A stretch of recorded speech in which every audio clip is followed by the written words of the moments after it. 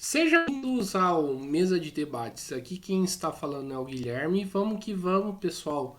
Continuar aqui com a nossa programação da semana, conversando, debatendo, né, sobre várias questões aí de extrema relevância para aqueles que querem aí realmente mudar, né, de fato as coisas, né? E um desses temas aí que a gente precisa estar sempre discutindo, sempre conversando, é a questão do ensino superior, né? E nada melhor do que falar do ensino superior, falar com alguém do Andes, né? Então, para falar sobre isso, convidei aqui a professora Michele. Para quem não sabe, o Andes é o sindicato aí dos professores do ensino superior, né? E vamos aí conversar sobre, né, como que andam as coisas aí nas universidades. Então, Michele, antes da gente começar, por favor, fale um pouquinho aí de você. Bom dia a todas, todos e todos. Eu sou Michele Schultz, sou docente da Escola de Artes, Ciências e Humanidades, a USP Leste, aqui em São Paulo. Eu estou na condição de presidenta da ADUSP, que é a Associação de Docentes da USP, e também componho a diretoria do Sindicato Nacional, que representa todos e todas docentes das universidades públicas, institutos federais e Cefetes do Brasil. Eu sou fisioterapeuta de formação e fiz meu doutorado nas ciências morfofuncionais, portanto, sou professora de anatomia e minha área de pesquisa é neurociências. Eu pesquiso situações, intervenções não farmacológicas sobre o sistema nervoso experimentalmente e também alguns ensaios clínicos. Acho que é isso, É, Guilherme. é isso aí. E, Michele, vamos começar aqui, né, falando um pouco da USP, né, que parece que novamente aí estamos com vários problemas, né, na universidade. Como que andam as coisas lá? Olha, então, na USP a gente vem já, enquanto associação, né, batalhando há muitas décadas por várias pautas, né? Então, acho que vale a pena começar falando de um avanço de iniciativas privatistas dentro da universidade, né? Então, a gente denuncia há muito tempo a atividade das fundações, que nada mais são uma via de privatização na universidade, e mais recentemente a gente tem sofrido as consequências de uma política de ciência e tecnologia que também vem fazendo avançar o processo de privatização dentro da universidade, que é o Marco Legal de Ciência, Tecnologia e Inovação. Uma lei aprovada em janeiro de 2016, que, entre outras coisas, permite que professores tenham convênios com empresas privadas, funcionários também, né? Então, uma medida bastante deletéria, né, para a universidade, sob o nosso ponto de vista, pelo entendimento que nós temos do que significa a universidade pública com financiamento público. Esse é um elemento. Outro elemento, obviamente, diz respeito às questões salariais. A gente tem uma perda salarial, né? Teve uma perda nos últimos quase 12 anos, desde 2012. Houve alguma recuperação no último período, mas ainda há uma defasagem salarial de cerca de 15%.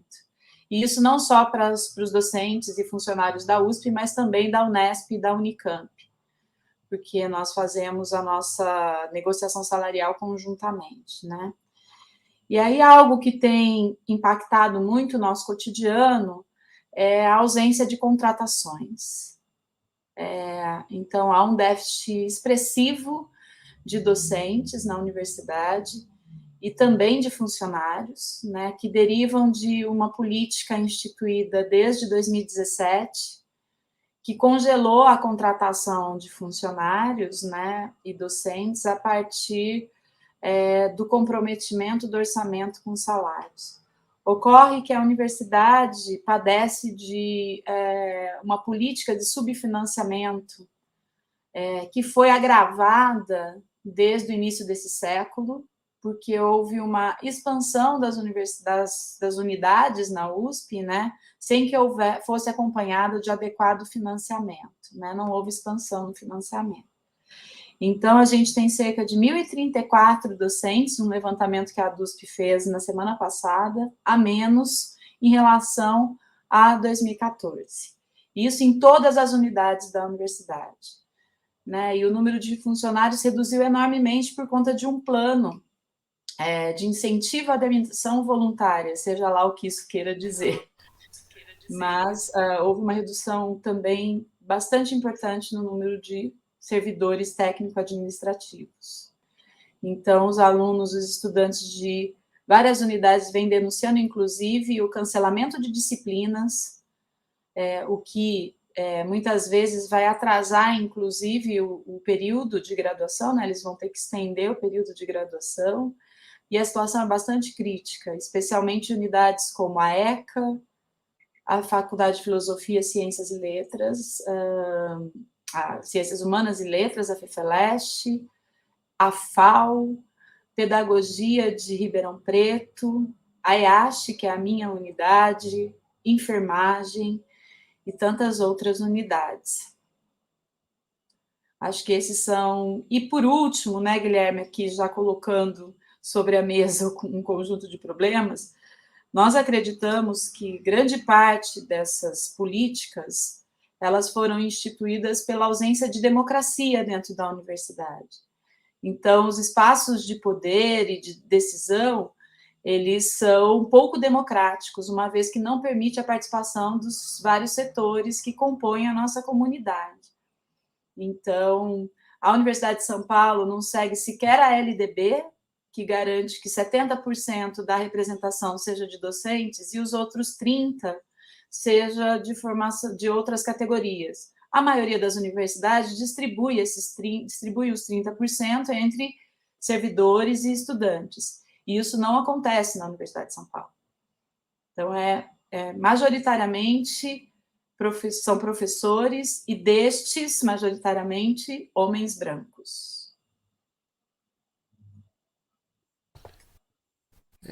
Certo, Michele. E, Michele, como que tem sido aí a relação da universidade com o governo Tarcísio?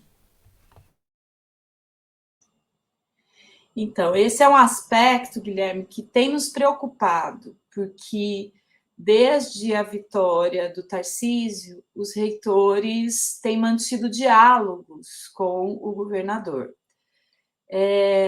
Então, acho que vale a pena lembrar que há pessoas que são da universidade que compõem o governo Tarcísio, aí eu destaco o secretário de Ciência, Tecnologia e Inovação, o Varran Agopian, que é ex-reitor da universidade, ele acabou de sair da reitoria, assumiu a secretaria. A gente tem notícias de que os reitores das estaduais paulistas se reuniram por 2 vezes, no mínimo, com o governador, né? Então, na primeira vez foi ainda antes dele assumir, e aí o que eles dizem é que o governador assumiu o compromisso de manutenção do orçamento das universidades, e mais recentemente eles voltaram a buscar o governador por 2 motivos principais. Primeiro, por conta do Provão Paulista, que é uma nova forma de ingresso nas universidades estaduais, e segundo, por conta da reforma tributária, porque o orçamento das universidades ele é calculado a partir da arrecadação do ICMS. Então, as universidades elas têm 9,57% da cota parte da arrecadação do ICMS. O que é a cota parte? Significa que do total do arrecadado, né, do ICMS, 75% é do Estado e 25% vai para os municípios. Então, o cálculo do orçamento das universidades é feito sobre esses 75%. Então, eles foram, segundo eles, negociar isso. E por que nos preocupa? Ontem mesmo, o reitor da USP, o Carlos Alberto Carlotti Júnior, esteve no programa Roda Viva e ele fala de uma forma muito próxima, se é que eu posso chamar assim, com o governador, né? E nos preocupa, porque a gente sabe o que significa o governador, um governo Tarcísio de Freitas, né? Inclusive, essa semana ele esteve lá junto do ex-presidente Bolsonaro, né, na festa do Peão de Barretos, apoiando o ex-presidente. Então, na nossa avaliação, o governo Tarcísio representa o bolsonarismo, seja ele também o que quer que seja, né, mas ele faz avançar políticas de extrema-direita. Eu acho que um bom exemplo disso, recente, foi o que foi feito com o Programa Nacional do Livro Didático, né? Que eles resolveram não aderir, depois voltaram atrás e resolveram aderir. Mas esse tipo de política, esse tipo de prática nos revela que não há muita diferença em termos de projeto no que pretende o governo Tarcísio, né? Pode haver alguma diferença na forma, né? Porque o ex-presidente Bolsonaro tinha uma questão da forma que é um pouco diferente do Tarcísio, né? E isso tem, de alguma forma, seduzido as pessoas, se é que eu posso chamar assim, né? E isso nos preocupa bastante. Então, e aí outro exemplo, né, do tipo de entendimento, de concepção que essas pessoas defendem para a universidade, recentemente um deputado, né, que é vice-presidente da Comissão de Educação na Assembleia Legislativa de São Paulo, apresentou um projeto de lei para que haja cobrança de mensalidades nas universidades estaduais paulistas. É claro que a gente fez alguma movimentação, já conversamos com vários deputados, né? Mas é esse tipo de iniciativa que a gente vai ter que combater até o final desse governo aqui no estado de São Paulo. Michele, uma coisa que preocupa, né, que ocorreu na USP nesses últimos dias é setores da extrema direita provocando estudantes, né, inclusive da última vez trazendo gente armada dentro da universidade. Como que a DUSP viu esses últimos acontecimentos, né, e como que ela se posiciona? Bem, a gente, logo que soubemos, né, a DUSP soltou uma nota, inclusive, com relação ao episódio que aconteceu na FEFELESH, né, e, bom, acho que inicialmente é necessário colocar que nós somos absolutamente contrários a qualquer forma de violência, né. O que nós vivemos no último período no Brasil fez com que as atitudes, né, de violência, não que elas não existissem, né, mas elas foram de alguma forma autorizadas, né, a ponto de, então eu acho que não é menor o fato da liberação de armas, né, a quantidade de armas que as pessoas podem possuir, e um setor expressivo da sociedade, né, aderiu a essa lógica e tem nos colocado com bastante preocupação, né? Porque a universidade não é diferente do que está colocado no conjunto da sociedade, né? Então, embora algumas pessoas achem que as pessoas que estão na universidade são todas esquerdistas, isso não é verdade, né? A gente tem ali representação de todos os setores e isso é que garante a diversidade na universidade.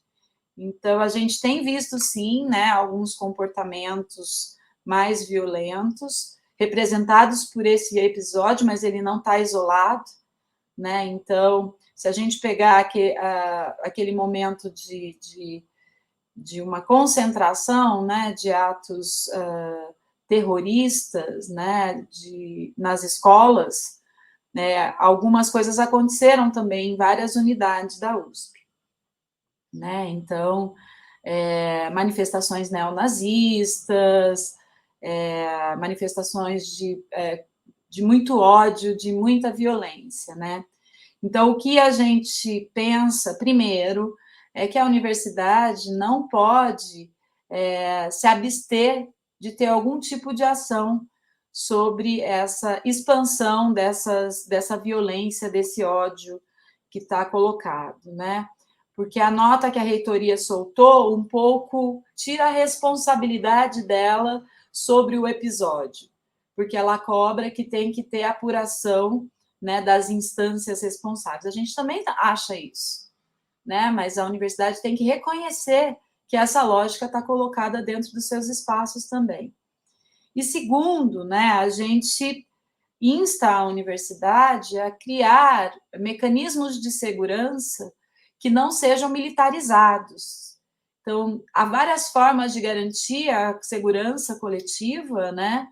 E não necessariamente tem que ser pela lógica que, de certa forma, vai reproduzir a violência, que é, por exemplo, aumentando o contingente de polícia militar dentro do campus. Lembrando que a universidade liberou a presença da polícia militar dentro do campus há uns anos atrás, por conta de um episódio de violência, né, que deflagrou. E esta PM, que é a mesma PM que a gente conhece no âmbito estadual, ela tem sim perseguido estudantes dentro do campus, especialmente os estudantes negros e pobres, moradores do CRUSP, que é a moradia estudantil, por exemplo, né? Então, a gente cobra da universidade um modelo de segurança que seja não militarizado, que seja um modelo que entenda as diferenças e que possa, de fato, construir algo, uma boa convivência, sem incentivo a qualquer manifestação de ódio, violência, ameaças, que tem sim nos rondado ultimamente, né? Fala em questão da segurança pública, né, dentro da universidade.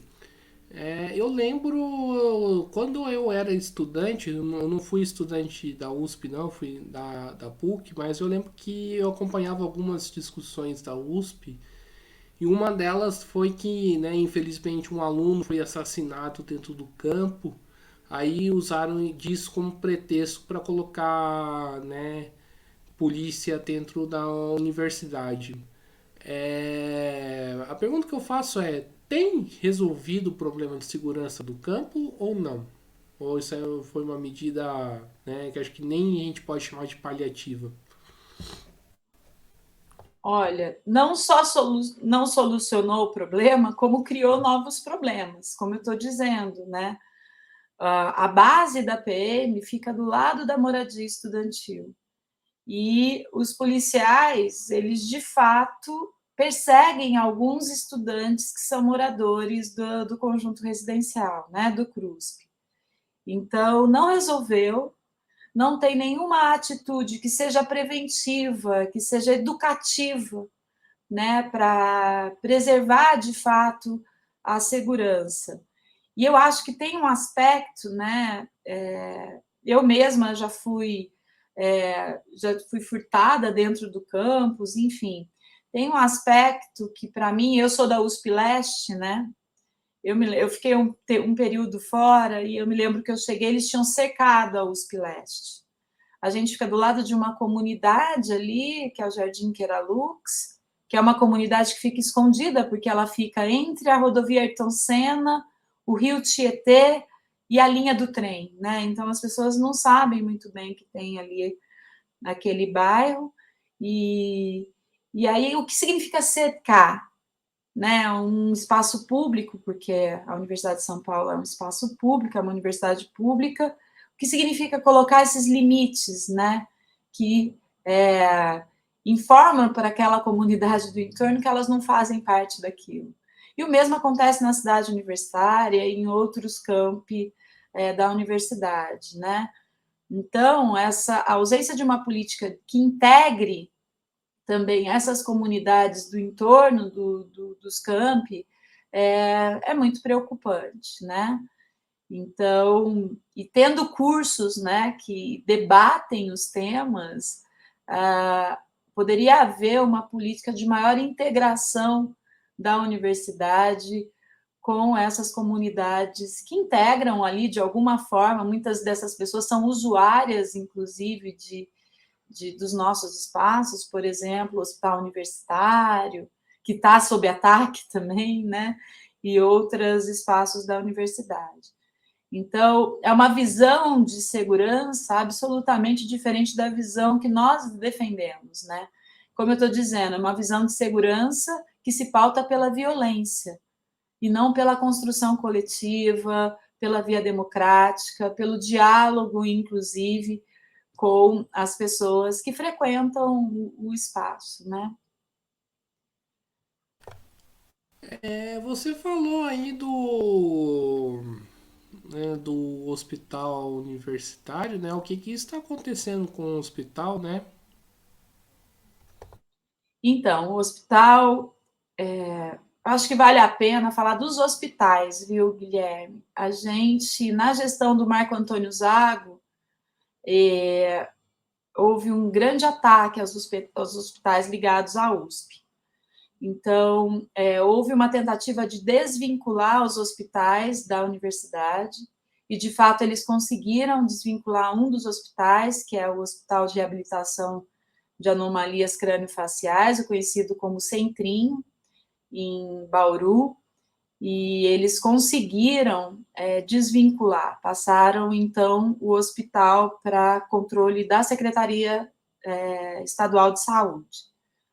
Por resistência da comunidade, do movimento docente, funcionário, movimento estudantil, eles não conseguiram fazer a mesma coisa com o hospital universitário. O Hospital Universitário da USP, ele é referência para atendimento secundário para mais de 400 mil pessoas aqui da Zona Oeste de São Paulo.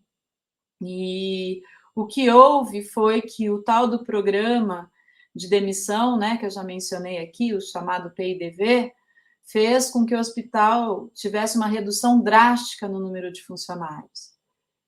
Quando eu falo funcionários, eu estou falando de toda a equipe, então, médicos, enfermeiros, todos os profissionais.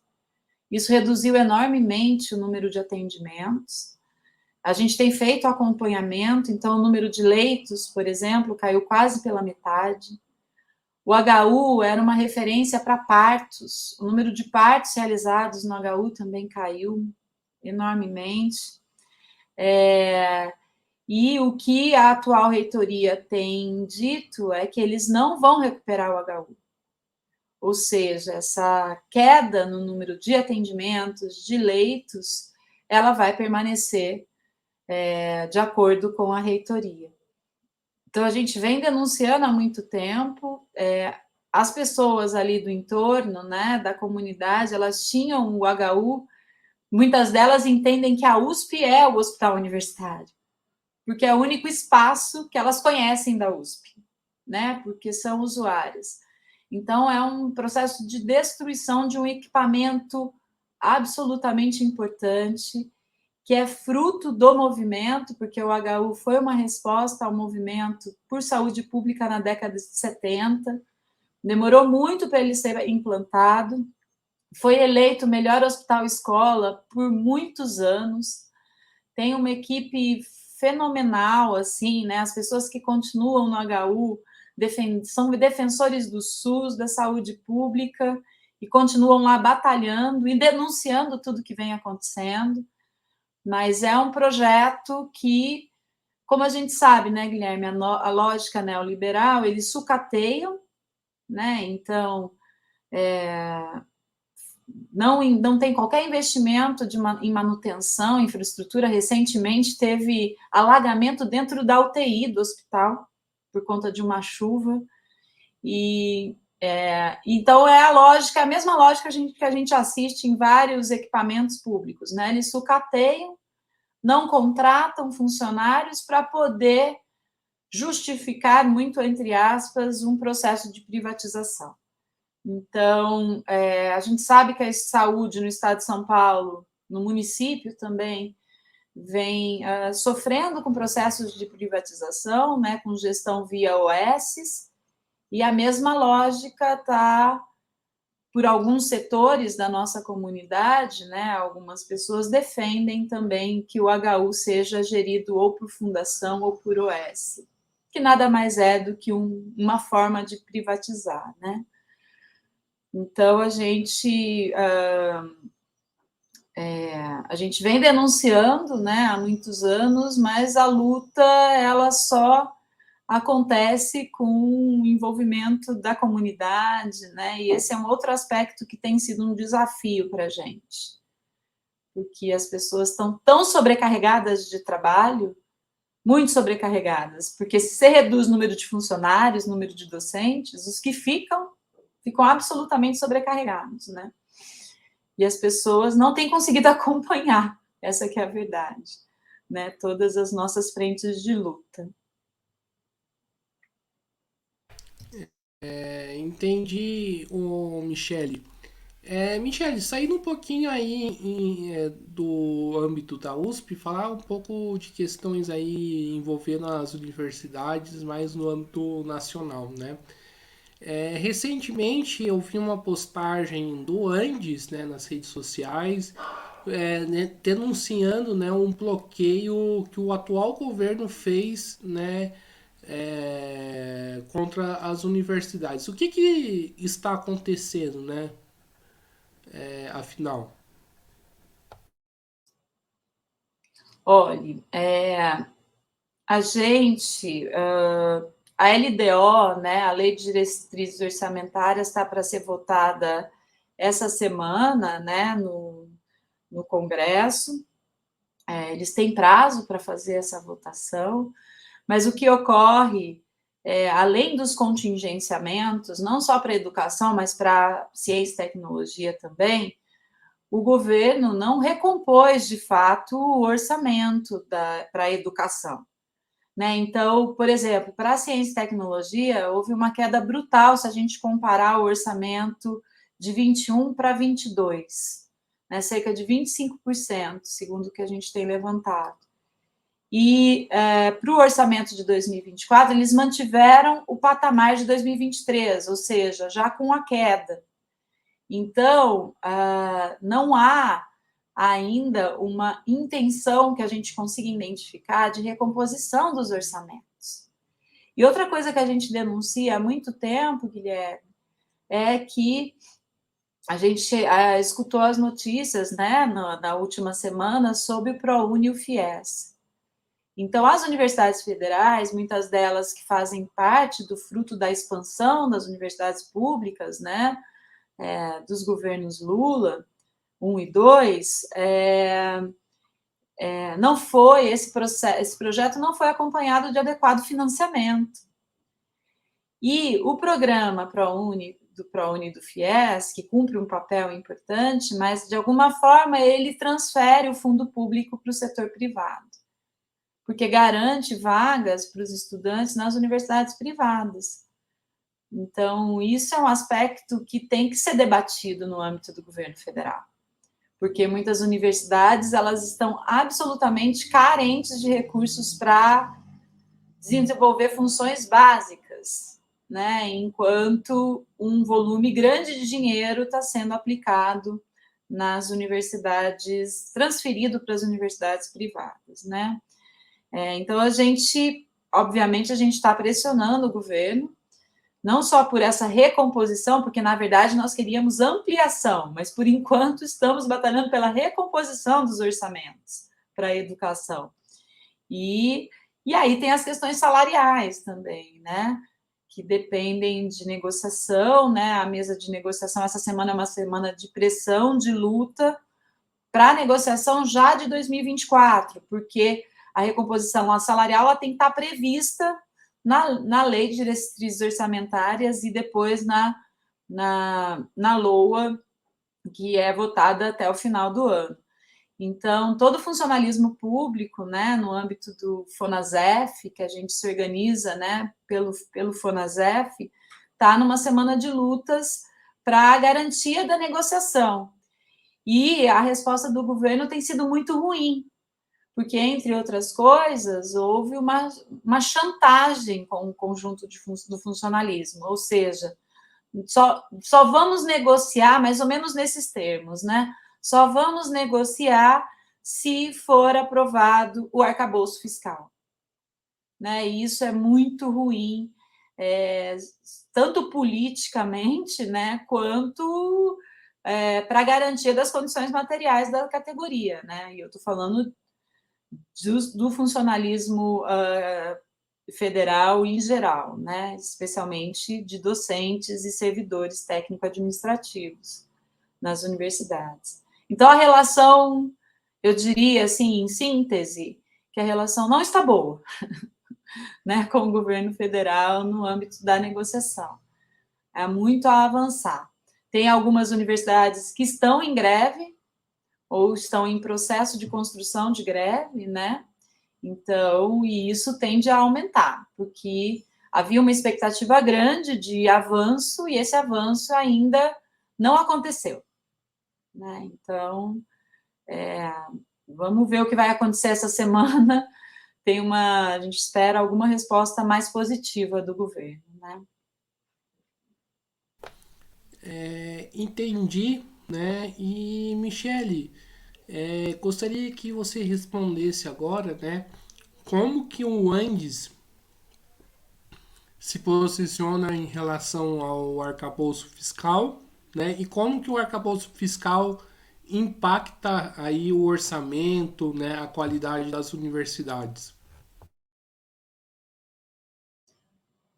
Bom, o arcabouço fiscal, eu já há alguns meses a diretoria do ANDES se posicionou, né? E depois nós tivemos um evento nacional e a posição foi reafirmada pela categoria.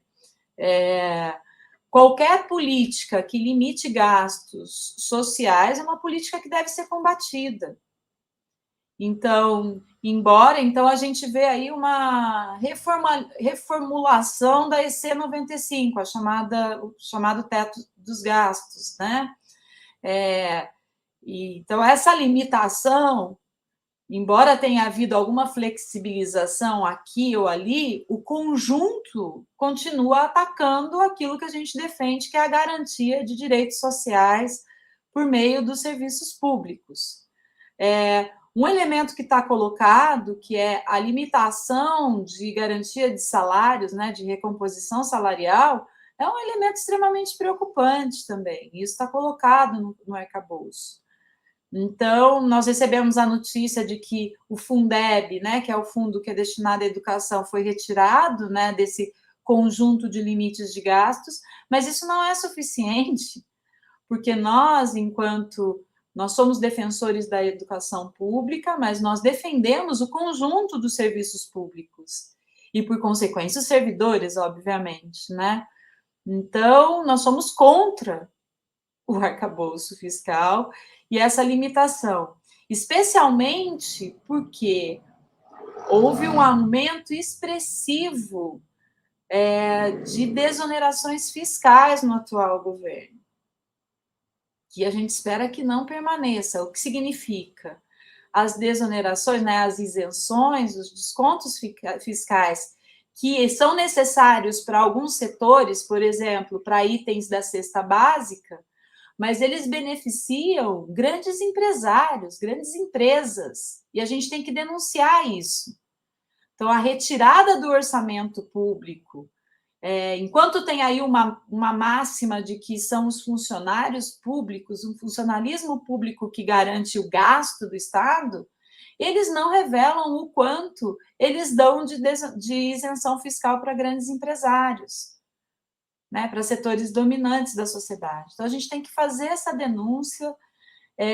A gente tem uma expectativa de uma reforma tributária que seja, de fato, justa, ou seja, a taxação de grandes fortunas, uma taxação que seja progressiva e não regressiva, mas não nos parece que seja isso que esteja acontecendo, né?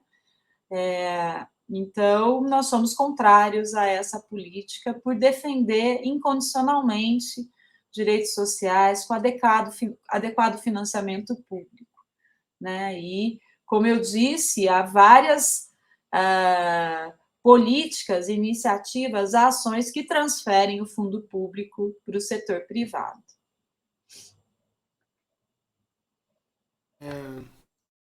Entendi. Aí, frente a tudo isso que a gente está conversando aí, Michele, né? Qual que é a avaliação que você faz do atual governo até o presente momento? Olha, Guilherme, eu vou fazer uma avaliação.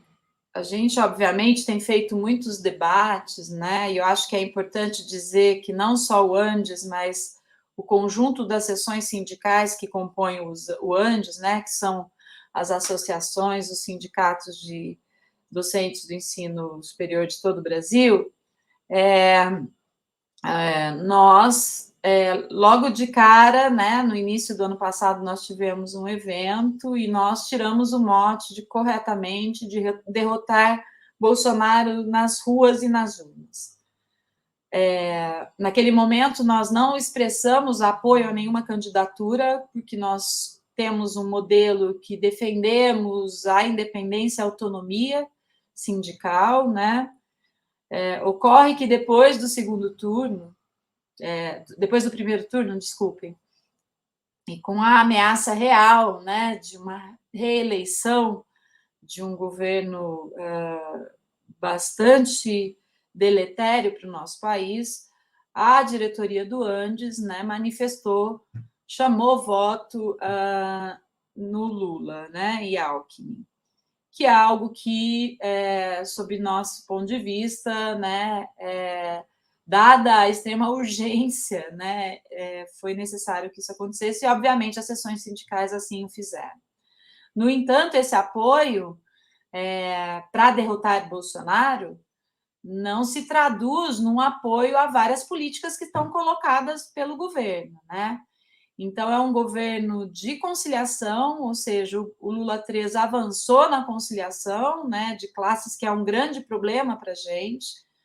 Nós defendemos um sindicato classista, ou seja, de defesa dos interesses de trabalhadores e trabalhadoras, e isso não tem se expressado, né, em várias das ações que o governo federal tem feito, né? Então, é importante dizer que nós não apoiamos o governo, pelo contrário, nós apoiamos políticas que garantem direitos, né, que garantem educação pública, saúde pública, segurança pública, tudo dentro do que a gente entende como uma sociedade dentro de uma democracia que, de fato, inclua os vários setores da nossa sociedade, especialmente os setores oprimidos, né? Então, a gente está acompanhando com muita preocupação e eu acho que a gente tem se posicionado. Tem as questões relacionadas aos povos indígenas, né? Tudo que envolve as preocupações socioambientais, a gente tem acompanhado. As políticas econômicas também nos preocupam. Então, é claro, não é nenhuma surpresa, nós não tínhamos esperança de que seria diferente, mas eu confesso que pessoalmente me surpreende algumas atitudes desse governo, né? Eu acho que um bom exemplo disso foram o posicionamento, né, do último ministro do STF que foi indicado pelo Lula com relação à política de drogas e outras coisas. Então, me preocupa e me surpreende, muito honestamente, viu, Guilherme? Porque essas pessoas ainda, vários setores do governo ainda se dizem progressistas de esquerda e não dá mais para a gente ter essa caracterização, na minha opinião. Só um comentário, pois é, né? Mas se for criticar, né, o Zanin para alguns setores aí que apoiam o governo, você é taxado aí de, né, fazer coro com a extrema direita, né? Só porque o Exato. cara agradou a extrema direita. Mas enfim. Ô Michele, vocês estão, né, em campanha salarial. O que que vocês estão reivindicando, afinal? Então, aqui acho que é importante essa pergunta, Guilherme, para as pessoas entenderem. Então, por exemplo, as universidades estaduais e municipais, elas têm formas diferentes de negociação, né? Então, nas estaduais paulistas, a gente teve o nosso período de negociação, a nossa data base é 1º de maio, então a gente teve um reajuste, né, que em relação ao conjunto do funcionalismo, ele foi um reajuste até melhor do que os 9% que os servidores federais conseguiram negociar, mas o que está colocado em termos salariais, né, é um plano de recuperação de perdas. E aí, do conjunto de funcionalismo, há 2 blocos de perdas salariais, né? Um bloco que gira em torno de mais de 50% de perda, né, no último período, e o outro bloco, que é onde estão incluídos os docentes, né, do ensino federal, de 30, agora não me lembro se é 32% ou 33% de perdas. Então, o que se pretende na negociação, além da recomposição inflacionária, né, que não se caracteriza como aumento, né, às vezes as pessoas falam aumento, não é simplesmente reposição da inflação, para que o salário não caia, que haja um plano de recomposição, né, haja uma negociação dessas perdas que se acumularam nos últimos anos, né. Além disso, obviamente, sempre está sobre a mesa as nossas condições de trabalho mais gerais, né? Então, como eu disse, as universidades não carecem ainda do prometido plano de expansão, né? Que muitas universidades ficaram com sua infraestrutura inacabada, falta equipamentos, faltam salas de aula, então as condições de trabalho também é um tópico muito importante, né, para o conjunto dos professores e professoras. Perfeito, Michele. E, Michele, eu gostaria que você falasse um pouco mais, né? Entrando aqui na nossa parte final da entrevista. O Andes é um sindicato, né, que luta apenas pelos professores ou que luta, né, por uma educação, né, de qualidade? Qual que é a relação, né, que existe entre uma luta e a outra? Então, Guilherme, como eu disse, a gente constrói um sindicato classista, ou seja, que abarca também a luta mais geral, né, de trabalhadores e trabalhadoras. A defesa da educação pública é o nosso carro-chefe, mas no conjunto das pautas que a gente luta, a gente lida com muitos temas, né? E a gente faz a luta não só no âmbito das universidades, mas também a gente faz a luta para fora da universidade. Então, a gente constrói essa luta por meio de frentes, de fóruns, de parcerias com outras entidades e movimentos sociais, denunciando e lutando para que a gente avance no conjunto de direitos, né? Então, eu posso citar algumas delas, né? Como eu já mencionei, a luta socioambiental. Então, a gente tem travado, né, e construído a luta com os povos indígenas, e também uma luta ecossocialista que tem estado mais presente, né, nos nossos eventos e nas nossas pautas, e isso é fundamental. A gente aprovou um conjunto de resoluções, inclusive de debates e atividades, porque uma das coisas que o Andes e as suas seções sindicais fazem é contribuir, né, para essa criticidade e reflexividade. Então, quando nós fazemos eventos, produzimos material, é também uma forma de aumentar, né, de incentivar a conscientização sobre um determinado tema. Então, a gente se envolve em várias campanhas, atos, manifestações com essa pauta. Outra pauta bastante importante, né, e a gente acabou de ser reeleita, né, a atual gestão do Andes, né, a gente teve eleições agora em maio, assumimos em julho, é sobre as opressões.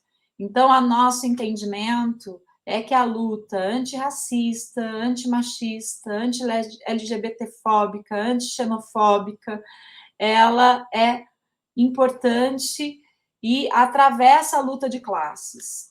Né? Então, especialmente quando a gente olha a história do Brasil, a formação da sociedade brasileira, a gente não pode ignorar a necessidade dessas lutas. Né? Então, a gente também tem construído, né, importantes espaços de combate às opressões. Nós acompanhamos também muito de perto as políticas de ciência e tecnologia, que no caso brasileiro a gente entende que não há uma política de Estado exatamente definida, porque o financiamento para ciência e tecnologia público é extremamente baixo. Há alguns setores que defendem financiamento privado de pesquisa, e isso é um grande problema, porque há conflito de interesses, e a gente, então, participa de um movimento pela ciência e tecnologia públicas com manifesto, inclusive deixo aqui o convite, caso as pessoas queiram conhecer.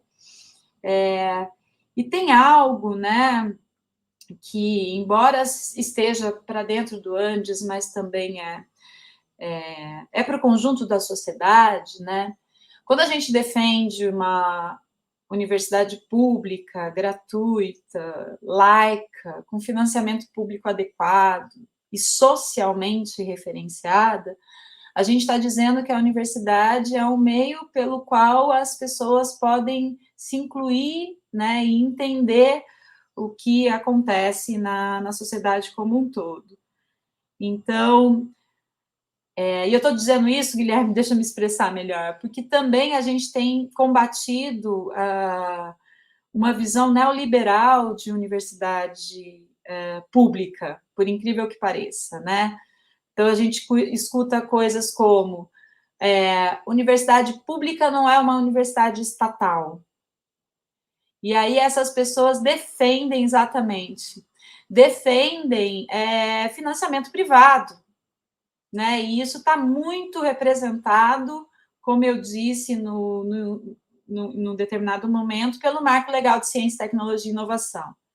Então, há setores, inclusive no âmbito do Andes, nas seções sindicais, que defendem o marco legal. E não só defendem o marco legal, mas estão buscando avançar na legislação para garantir financiamento privado de pesquisas. E isso é um grande desafio que nos está colocado, porque isso muda a concepção de universidade pública. Então, isso está muito em debate. Inclusive, na ADUSP, nós construímos um manifesto, junto com o DCE e o Sintusp, que é o Sindicato de Trabalhadores da USP, em defesa da USP pública. Então, nós temos tido, no último período, de defender a nossa concepção de universidade contra uma outra concepção de universidade que tem vieses neoliberais. E, embora eles, na visão deles, seja pública. E aí, as pessoas usam modelos americanos, europeus, que não tem absolutamente nada a ver com a nossa realidade concreta, né, no Brasil. Então, tem sido uma luta bastante difícil, vou te dizer, viu, Guilherme? Aqui na USP, a gente tem resistido bastante, né, na defesa dessa concepção de universidade, que está expressa, inclusive, naquilo que o Andes defende. Né? A gente tem o chamado Caderno 2 do Andes, que é uma espécie, é uma publicação que traz a concepção de universidade que nós defendemos e buscamos. E que está sob ataque há muito tempo, mas que no último período ganhou, de alguma forma, apoio de setores que se dizem progressistas, mas que têm vieses neoliberais. Né? Então, tem sido bastante difícil essa luta mais conceitual no âmbito da universidade, e eu acho que, embora pareça que seja só do âmbito do Andes, não deveria ser. Deveria ser de preocupação mais geral da sociedade como um todo, né? Porque, em síntese, o que está colocado é uma universidade com acesso universal, né? E quando a gente diz socialmente referenciada, a gente está pensando na classe trabalhadora, né? Na classe oprimida da sociedade, contra uma universidade voltada para o mercado.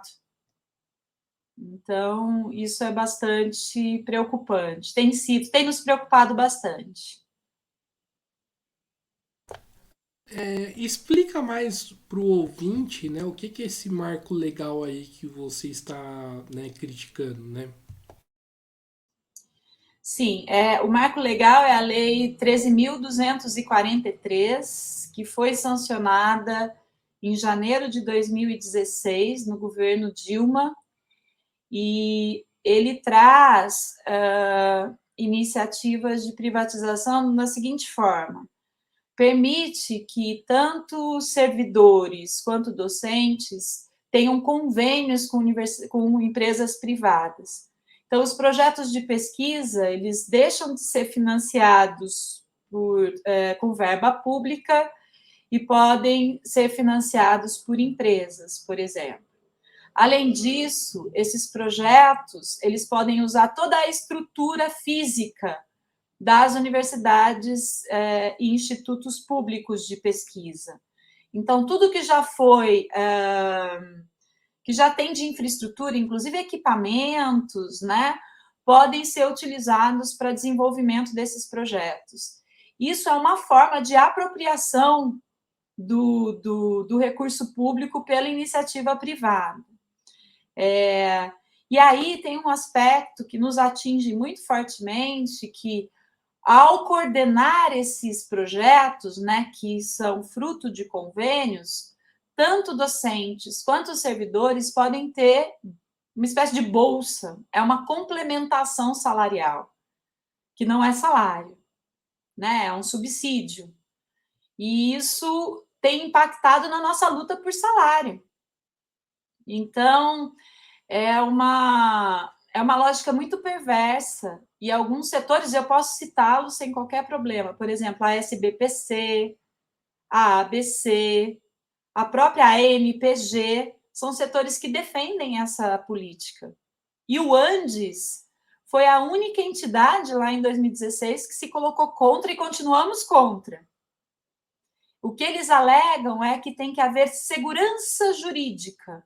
Então, eles querem avançar na legislação para permitir esse tipo de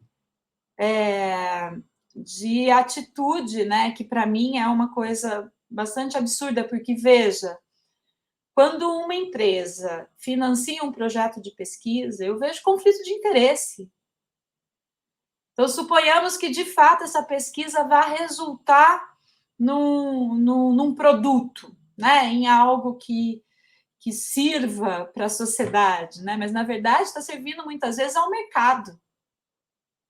E aí os exemplos que a própria universidade usa são exemplos absolutamente mercadológicos, que são as startups, por exemplo, né? E coisas do tipo. Isso também recai sobre as patentes, né? Há um incentivo à produção, né, de patentes, por exemplo.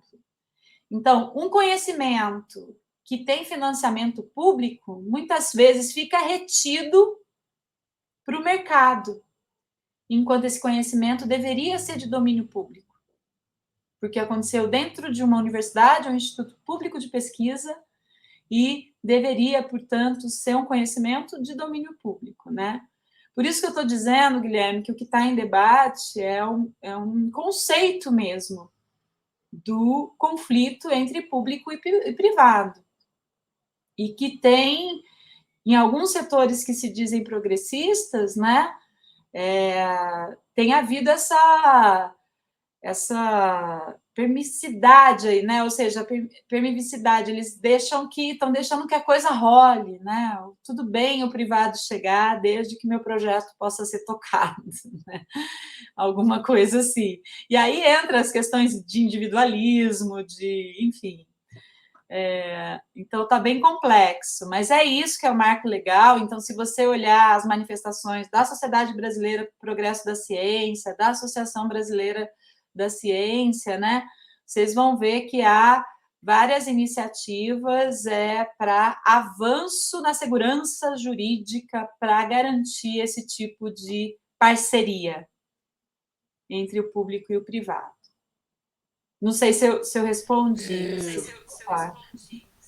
Respondeu. Então vamos aí para a última pergunta, né? Sim. Falar sobre terminar aqui a nossa entrevista em relação, né, ao novo ensino médio, como que o Andes vê esse problema, né, uma vez que o novo ensino médio ajuda ainda mais na elitização da universidade e como combater essa elitização, né? O Andes se posiciona, por exemplo, favorável pelo fim do vestibular? Olha, a gente se posiciona absolutamente contra o novo ensino médio, por tudo que, não só por tudo que ele representa, né? Porque foi algo que foi aprovado no governo Temer e foi colocado em prática no governo Bolsonaro, né? Para início agora no governo Lula. Então, nós esperávamos que de pronto o governo Lula se colocasse contrário a essa política, né? Mas não foi o que aconteceu. Então, a gente mantém nosso posicionamento pela revogação do novo ensino médio, a gente participa do movimento pelo revogaço, né, que inclui o novo ensino médio e tantas outras políticas que foram instituídas, não só no último período, né, mas também no período anterior, porque, por exemplo, só fazendo um parêntese, né, as reformas da Previdência que aconteceram em 1998 no governo FHC, em 2003 no governo Lula, né, e depois, mais recentemente, em 2019, criaram um grande problema, né, entre os docentes, né, inclusive subcategorizando docentes que terão diferentes regimes de aposentadoria. Então, nós participamos desse movimento pelo revogaço, lá tem um conjunto de decretos, de leis, né, que são esse conjunto é um conjunto de ataques aos direitos, como eu estava dizendo, né? Então a gente defende isso. Sobre o vestibular, né? Nós gostaríamos que o acesso fosse amplo e restrito. Só que para isso tem que ter condições adequadas, né? Então é necessário que haja vagas suficientes, com condições de trabalho suficientes, né? Então, quando a gente defende o socialmente referenciado, a gente quer, sim, uma universidade que seja voltada para as trabalhadoras, para os trabalhadores, para o interesse da classe trabalhadora, né? E isso implica em rever os mecanismos de ingresso, obviamente. Agora, a gente sabe que esse é um desafio, porque o ensino superior, ele faz parte de um complexo do ensino, da educação como um todo, né? Então, a gente tem que pensar a educação no Brasil dentro desse complexo. Então, não basta resolvermos ou termos melhores soluções para o ensino superior enquanto a gente não resolver questões que envolvem a educação básica, o ensino médio, né? Então, e a gente não tem visto esse debate acontecer de forma aprofundada, de forma participativa. Então, é necessário que a gente retome, né, os debates, né, numa perspectiva de educação pública, né, voltado para a classe trabalhadora. Então, é isso, a gente precisa rever, mas não somente o ingresso na universidade, né? Acho que todo o complexo da educação tem de ser repensado em termos de qualidade. Nós já tivemos uma educação pública no Brasil excelente, né? E essa educação, e aí houve um revés, né? Então, o que era de qualidade no público, na educação básica, passou para o privado, né? E a gente não pode deixar isso acontecer com as universidades. O mesmo processo que aconteceu na educação básica há umas décadas atrás, né? Então é isso aí, pessoal. Estamos aqui encerrando mais uma entrevista do Mesa de Debates. Quero aqui agradecer a participação da Mônica. Gostei aqui do nosso papo e passo a bola aqui novamente para ela fazer suas considerações finais. Oi, Guilherme. Então, eu queria agradecer, né, a oportunidade de colocar um pouco das nossas posições nesse seu espaço, e dizer que nós temos uma grande disposição para a luta, né, em defesa dos direitos sociais, da educação pública, saúde pública de qualidade, contra todas as investidas privatistas, porque a gente entende que o Estado deve prover as condições, né, de estudo, de saúde para a população brasileira. Eu acho que a gente ainda tem um percurso, um caminho muito grande para conseguir combater as desigualdades que estão colocadas, e eu acho que o início desse caminho é, de fato, denunciar governos, políticas que beneficiam os setores já dominantes da nossa sociedade, né? E isso está colocado aí nas lógicas dos atuais governantes, não só nos executivos, mas também nas casas legislativas, né? Que estão lá para poder defender os interesses da classe dominante. Então é isso, e, né, aqui sendo um pouco, usando o nosso jargão do cotidiano, sigamos na luta.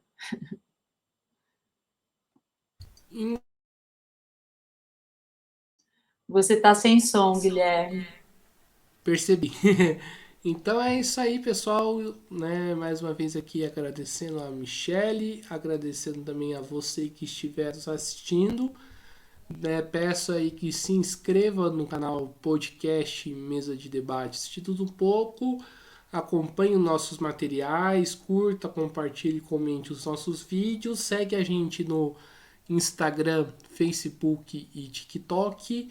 E quem puder, colabore aqui com o nosso Pix 385 007 02800 CPF e também no nosso Padrim, www.padrim.com.br/podcast Mesa de Debates. Então é isso aí, pessoal. Por hoje é só. Um forte abraço aí a todo mundo e fui!